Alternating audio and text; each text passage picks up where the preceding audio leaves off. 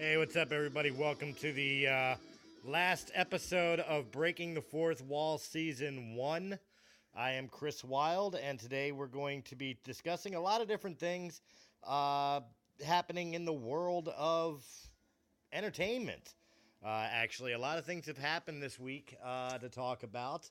I was hoping to have a panel. I was supposed to have a panel, but unfortunately, that panel decided not to answer me as far as doing this today, and I had postponed it a day so that way they could do it.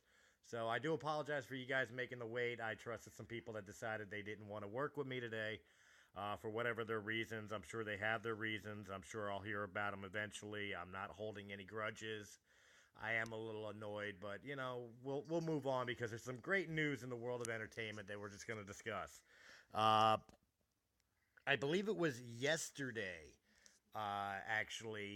the teaser trailer for Guardians of the Galaxy Volume 2 dropped. Now, again, it was just a 90-second teaser, just to let you know, hey, the movie's coming out. So, funny. It is very funny. It starts off with the Hooked on a Feeling song that everybody knows from the first Guardians of the Galaxy. It reunites the original cast. Uh, Shows nothing of the plot, which is what you want in a teaser, just showing you that there is, the cast returning and that there is a new movie of that franchise coming out. There was one hilarious scene between Dave Bautista and Star Lord that, if you haven't seen it, just go on YouTube and look up the teaser trailer for Guardians of the Galaxy Volume 2. It's worth it. I don't want to spoil it for you. But definitely looks very, very well done. I mean, that, as far as I understand it, they're still in production of the show. So, so the long story short of it is, I think Guardians of the Galaxy 2 is going to be just from, if I'm basing just on that teaser, and I mean it is a teaser. I haven't had a trailer, no behind the scenes, nothing to go off of, but 90 seconds worth of footage. It looks like that it's at least going to be close to being as good as the first one. So I mean that's some great news in its own right. Um, Today dropping again first trailer for Wolverine 3, known as Logan, showing old man Logan taking care of a very health failing Professor X. Looks phenomenal. The trailer is got nothing but feels. You feel intense sorrow and anger out of old man Logan. Uh, Again, I don't want to give too much away in the trailer. If you haven't seen it yet, look it up. It just dropped today. I'm pretty sure it's going to be in your regular feed, not only on Facebook, but if you go into YouTube and just type in Logan, it'll show up. Very, very nicely done trailer. Again, doesn't give too much of the story away, but it gives just enough to let us know that Logan is the Wolverine 3 trailer, and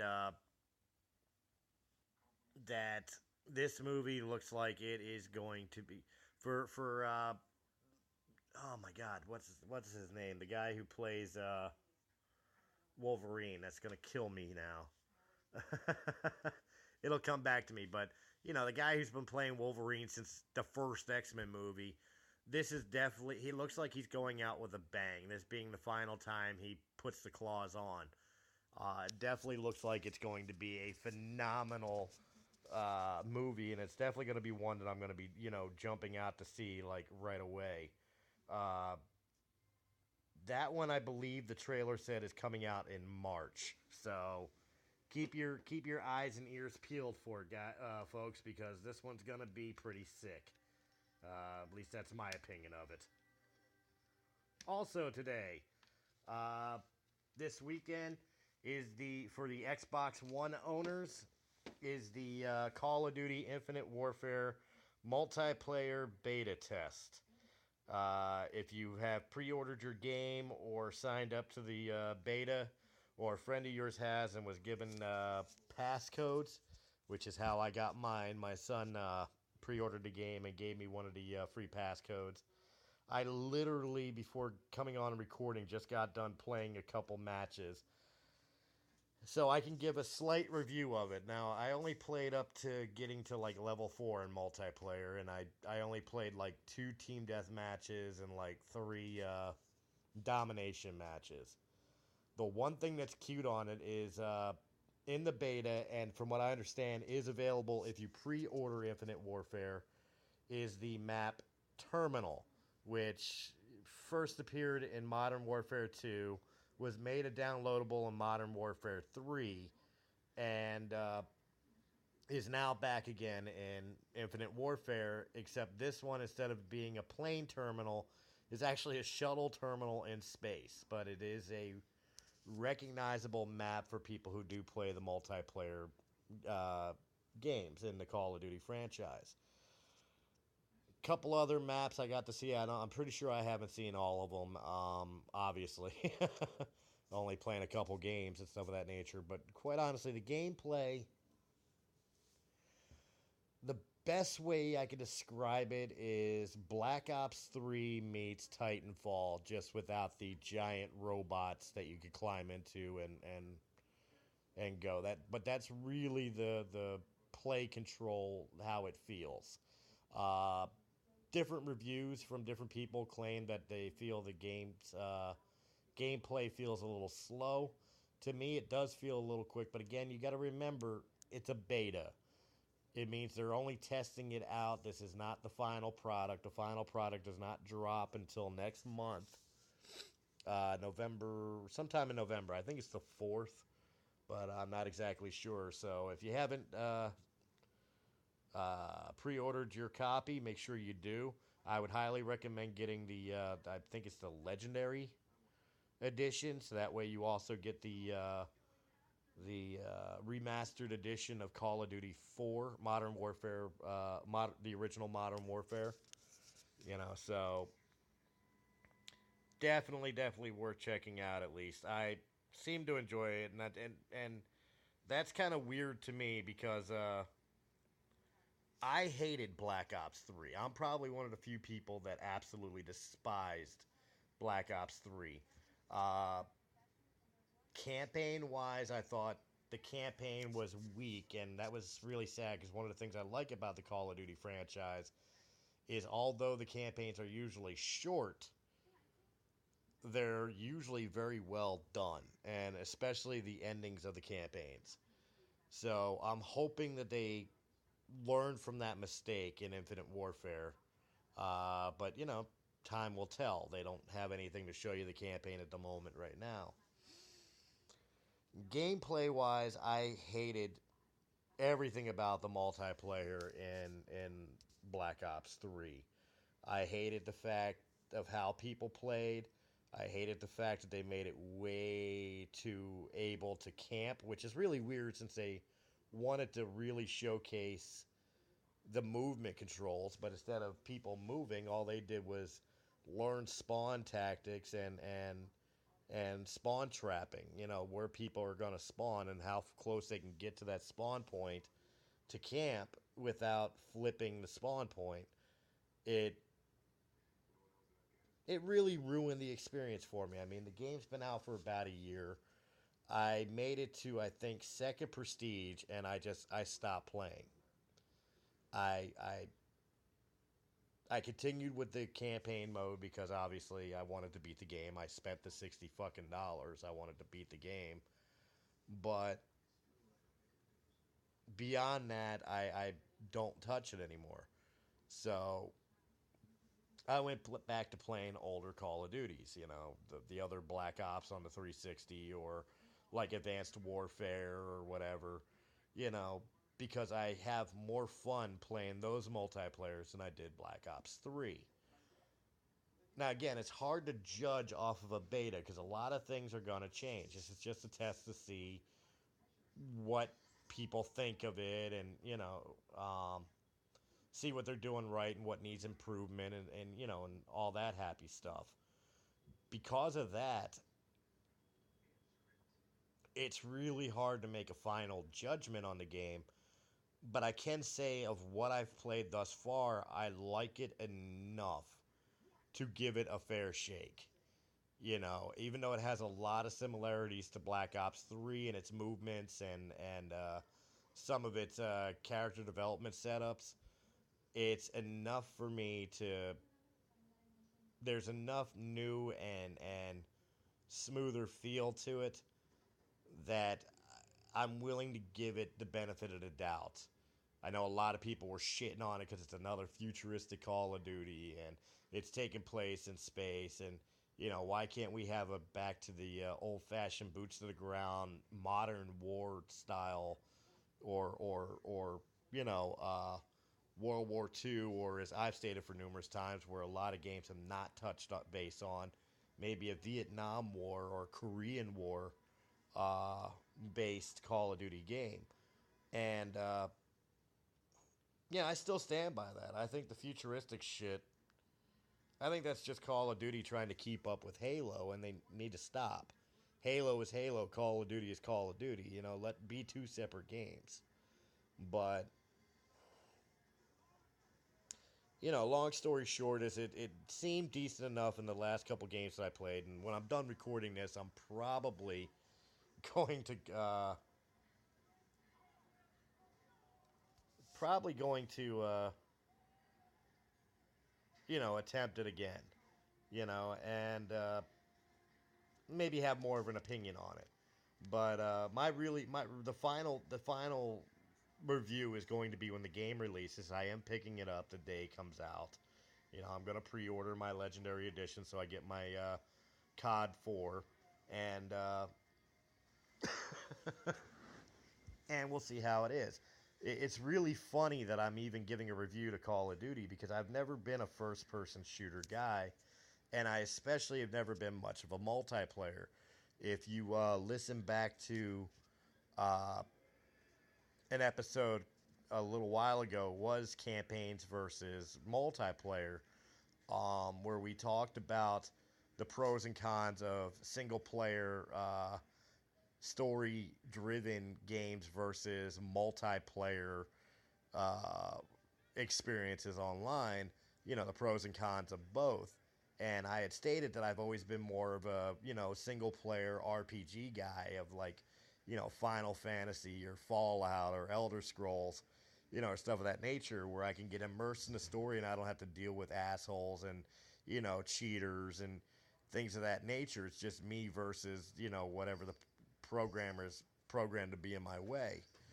And but my son got me into playing the online games. You know, the multiplayers for Halo and Call of Duty. And again, I was never much into the first person shooters. And I especially wasn't into uh, being online and dealing with the assholes that, you know, usually are the guys and girls that are like sitting in their mommy's basement, you know, eating Cheetos and you know, jerking off to Britney Spears' newest music video or whatever. You know, I don't like the experience. But during the teenage years of my son, it was really like the only way he and I could bond. It's a long story. I don't, you know, I'm not going to get into it on, you know, I wasn't as much in his life as I wanted to be or as he wanted me to be.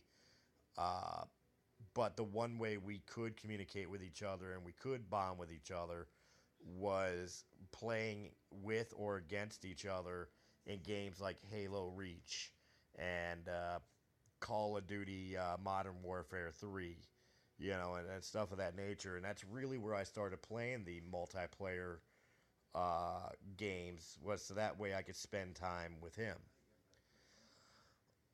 even if it was just online through a microphone.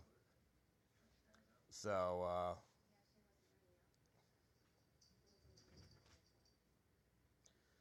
so you know, that's the reason why I'm even giving a review to it or even picking up the Infinite Warfare, because it is still something I still do with my now 20-year-old son, you know, and it's also a way I spend time with like my girl and everything else. We'll play games like that where we'll split screen, and there's not much in the way of video games nowadays where there's like the old Mario Brothers, Super Mario Brothers and stuff of that nature. There's not a whole lot of those style games anymore where you could cooperate with each other or compete against each other without being online. And because of that fact, her and I had gotten into playing like Advanced Warfare together or Titanfall online or something of that nature where we could spend time together when we're not together. And even when we are together, we could spend time doing something together. Right now, she's really on a kick for Fallout 4, so we haven't done too much of the online split screening as we have in the past, but that's neither here nor there. So I don't know if I were to give it like a rating, like a scale of 1 to 10 of what I think of Infinite Warfare, the beta. Judging it purely on it being a beta, I'd give it about a 7 out of 10. It's really not bad. Um, that number may change once I get more used to the controls and unlock enough of the guns where I can see the differences of the guns and stuff of that nature. Uh, but as it stands right now, on the 5, 6 matches I played, I'll give it about a 7 out of 10. It's really not a bad game, and I'm looking forward to the final product and see where it goes from here. Um, that's really kind of the big news that I was looking forward to talk about. I could talk about Madonna, at least from Maxim.com, had reported that Madonna is stating that anybody who votes for Hillary Clinton, she'll give a blowjob to, or oral sex, as they put it. So I guess she'll, go down on chicks too. But, I thought that was hilarious, especially because a good friend of mine, one of his comments when we saw the post, his comment was, "Well, now we know who Bill Clinton's voting for." So I don't know. I don't know how you guys feel about it. I did not watch the debates last night. I refused. This whole entire session has been a joke. There's no nice way to put it. It's just been all around a joke. Uh, I see I see us being screwed either way. Donald Trump is going to piss off a lot of the liberal media and a lot of the left wing liberal, Americans, to the point that we're going to have civil unrest if he gets elected. However, if we get Hillary elected, you're pretty much going to have civil war. And I won't lie, I'll probably be one of them that'll be fighting alongside because, fuck Hillary Clinton. And her lies and her treacherous ways and, her scandals and everything else. But, again, I don't want to get into politics. I've done enough of these solo game matches with these podcasts that we've done that I've had to do by myself. But it really, to me, is looking like we're going to be screwed one way or the other. So I didn't even bother watching last night. So that's really all I have to report on politics was something I found to be funny.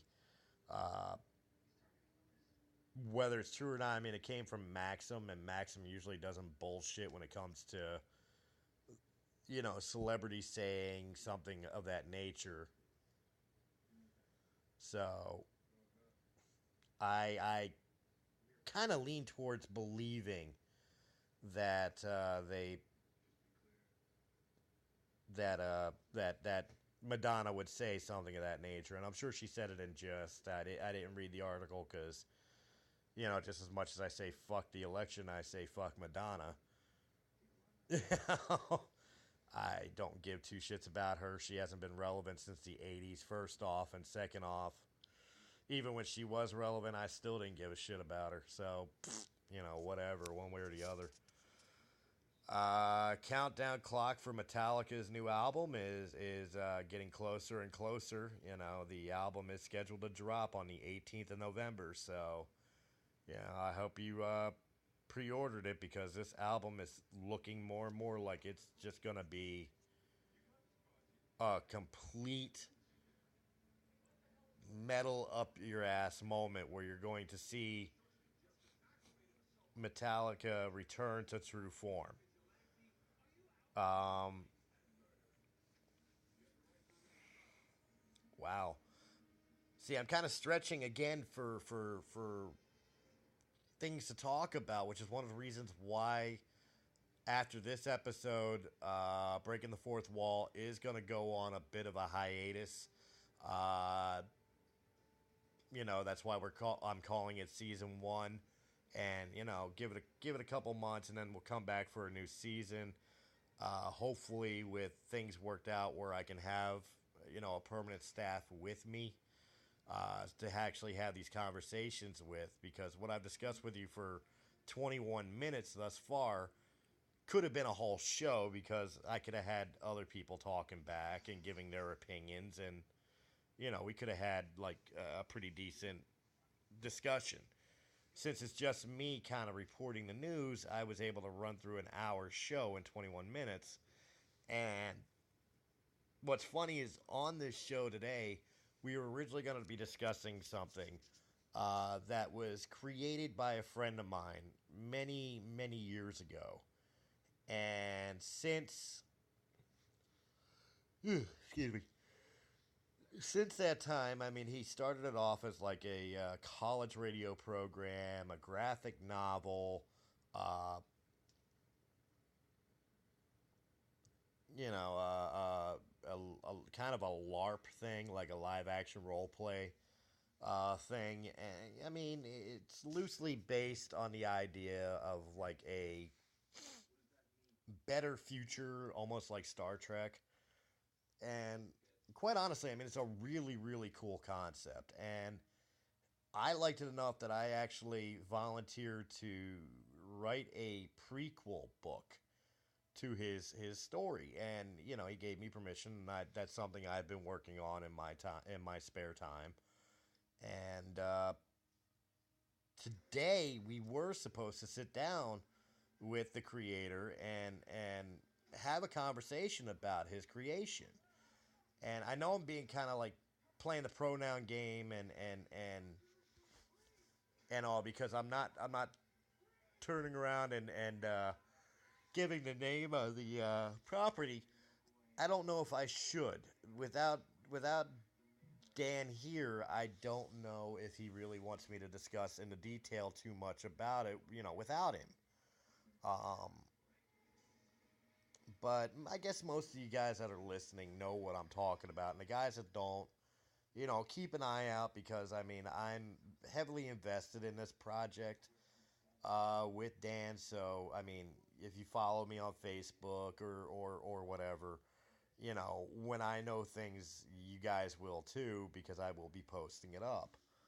But we were supposed to really get into depth about what the project is now, what what it's about, where we're going with it moving forward. Besides me writing a book about a story that takes place 3 years prior to the stories that we're developing now. Um, so that's again one of the reasons why I'm scratching my head trying to think of what I could discuss and what I could talk about. Uh, Without having the panel here or having what was originally scheduled to be discussed, it's kind of leaving me a little, probably going to cut this episode to a half an hour. So really, I've got to fill out 5 more minutes of time before calling it a season. Which it breaks my heart to do, but I really want to revamp this for you guys. When I created Breaking the Fourth Wall, it was meant to be an offshoot, an adult offshoot of America's Pop Culture magazine. Really, it was intended to be promotion for the people who watch, or to get people to watch a pop culture magazine on YouTube. That's why we kept it to a format of just being a podcast. And with being a podcast, we allowed profanity where, breaking or America's Pop Culture was supposed to be more of the family viewing. You could watch it. We didn't curse. Uh, we didn't touch on really questionable subject matter, and stuff of that nature. We wanted it to be able from anybody from 8 to 80 could watch this show. Excuse me. And listen to what we're discussing and not be offended by what they hear. Fourth wall was intended to say, screw you, we don't care. And ironically enough, unfortunately, America's Pop Culture magazine had stopped after only 6 or 7 episodes broadcasting due to circumstances, personal circumstances. That it wasn't successful. It was just that unfortunately, life got in the way for some people, and they weren't able to do what they wanted to do. And because of which, you know, um, Fourth Wall kept going. And we kind of became the only show going on. And my panel, who normally was, as you guys know, Mike Thorne and Brian Hayden, life started getting in the way where they couldn't be on the show anymore, or at least not as often as they used to be, which really cut down my ability to bring you a broadcast that I felt proud to give you. I'm not really thrilled with the shows that I did by myself. And that's why instead of continuing on, I'm going to call it a season, give a couple months off, revamp the show. I'm not stopping the show. Breaking the Fourth Wall will be back for a season 2, even if it's only me again. But I want to be able to revamp it and give it to you guys in a lot more professional of a format, where when I talk to you guys will get information, and I will have more set up shows for you. That I will have better plans and better segments for you guys to be able to give you a better show and a better product. And if I do come back season 2 with a panel, that it will be a consistent panel. Not guys that are there 1 minute, gone the next, and you never know if it's going to be a show with them or without them. Because again, I want to give a professional podcast. We've been doing this for 14 episodes. Since it's already been 14 episodes, I want it to continue on, but I want it to continue on being professional, being the best show that it could possibly be. You know, uh,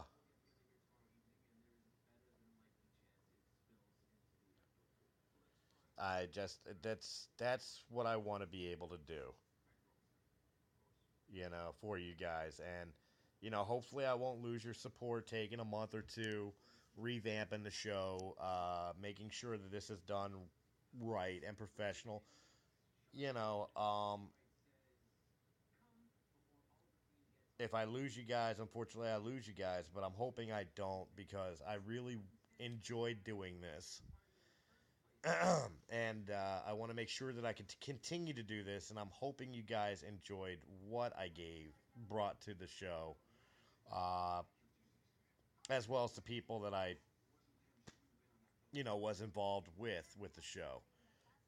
Hopefully, they'll be able to get their situations that are blocking them from doing the show in order, so that way they can come back to do the show. Um, and if not, hopefully, I can find panelists that can be there, so that way we give you guys the best product that we could possibly give. And I mean, again, it's not that we're looking to make money out of this. We do this, well, I do this for my entertainment. That's really the reason I do this. It's just because I feel like talking to you guys about things that I enjoy talking about, which is like movies, music, books, TV shows, comic books. So I want it to be interactive. I want it to be more informative. Of course, I'd rather it be still more loosely based, where it's less of me reporting the news of the day and more of me striking a conversation with you guys and with the panel and whoever else about things that interest us, and what we think and what our opinions are of whatever the topic of the day is. So, whether it's politics, music, movies, TV shows, uh, new apps on your cell phone, I don't care. I want to talk about it. I want to have a good conversation with you about it, and, so if you're interested, please leave a comment down below. Uh, I will probably give a video when it's coming close to time for us to start season 2. Uh, I don't know when it will be. I may wait until after the holidays. In fairness, I'll probably wait until after the holidays to be able to bring it up, so that way I can concentrate on my family and the book I'm writing, and everybody else could get their stuff in order, and take care of their holiday shopping and things of that nature, and we come back in the new year nice and fresh. That's my goal. Is basically fourth wall will probably shut down till after the new year, and sometime in January is when I will bring us back for season 2. So between then and now, if you know me on Facebook or you follow me or Breaking the Fourth Wall on Facebook, feel free to contact us if you're interested in being a panelist, to get the information on how to become a panelist with us, what day we record, because there will be a set day to record. I may even, during that time, I'll figure out a way where it's, instead of recording, we'll do it live. And while we're doing it live, we can actually take callers and things of that nature. That's things I will work on during the off time, the off season, if you will. And when we get close to the time that season 2 will begin, I will make the announcement, probably video-wise, both on Facebook and on YouTube, letting you know that Fourth Wall is coming back, and introducing who will be in the panel, if anybody, and where we're taking the franchise from there. That's pretty much it, guys. A final thought for the season. I had an absolute blast doing this with you guys. I liked having the conversations that we had. I really enjoyed doing something of this nature, which I never before thought would be something I would do. I always thought that I would, being a musician and a professional wrestler and stuff of that nature, I never once thought that I would ever sit down and do a podcast talking about entertainment. Uh, Little did I know that's what I would start doing. And God help me, I thoroughly enjoyed it. And I want to thank you guys very, very, very much for inviting me to be a part of, your guys' week. As well as I want to thank the panelists that I've had throughout this season. Dan Laria, I'm gonna give shoot name here, guys. So forgive me, but Mike Thorne, aka Anthony Ferris, Brian Hagan, Joey Hollingsworth, which is my son JT, Josh Acerbo, uh, many others who wanted to be a part of it and couldn't be for whatever their reasons. I want to thank you guys for coming on, spending some time with me, talking shop. I mean, everybody that we had on the show has been involved in the entertainment world in some way, shape, form, or another. And I liked that everybody brought their own kind of personal opinions and critiques to the show. And I hope, truly hope, that we were able to bring an authentic experience to you guys, because that's what we were. We weren't critics. We weren't professional paid critics. We weren't paid by movie companies or record labels to promote anything of that nature. We were just a bunch of fans talking about things we liked. And we hope you guys got the passion out of us when we talked about things, and we hope you shared it with us when we were on a subject that you enjoyed. And I hope you guys got a little bit of information out of it that maybe you didn't know in certain things. That's everything that I really hope that Fourth Wall was able to bring to you guys, the listeners. And last but not least, I definitely want to thank you guys, the listeners. None of this would have been possible without you guys and your support. And I promise that I will be working my butt off during the off season to bring a product that not only I'm proud of to present to you guys, but that you could be proud of to turn around and say, yeah, I check them out every week. Breaking the Fourth Wall is one of my favorite podcasts to listen to. So, guys, thank you very, very much.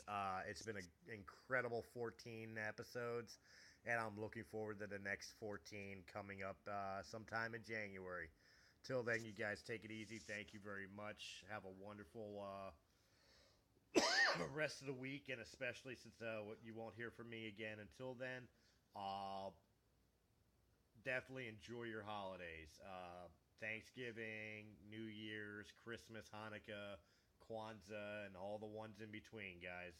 Have a happy and safe one, and we'll talk to you again in January. Have a good one.